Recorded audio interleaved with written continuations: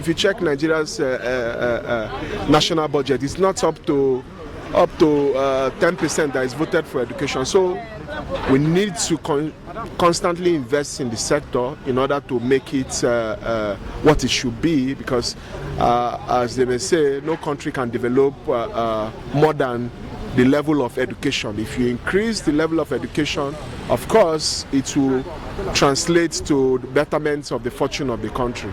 So addressing that challenge, I think a lot of measures could be put in place or should be put in place.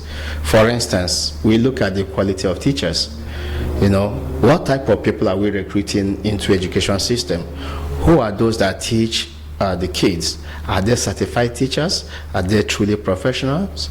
And what type of teaching do they give to these kids? Sometimes we find out that most of them, or many of them, let me not say most, many of them spend a lot of time doing their own private businesses than teaching the students. Related to that is what we can talk about, maybe what we can call expenditure. Not necessarily budgetary expenditure by governments, but in terms of what the government brings in and what the family households also spend on education, the quality of education for their children. You know, these things affect the learning outcomes.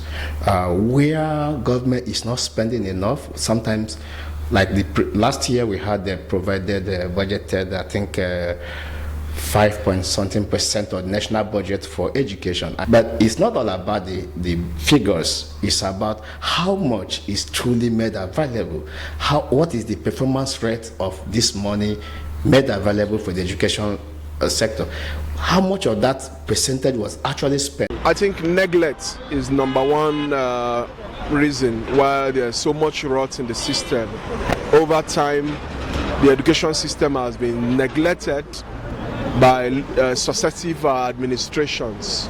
And another one is lack of investment. You know, a country doesn't become developed in one day.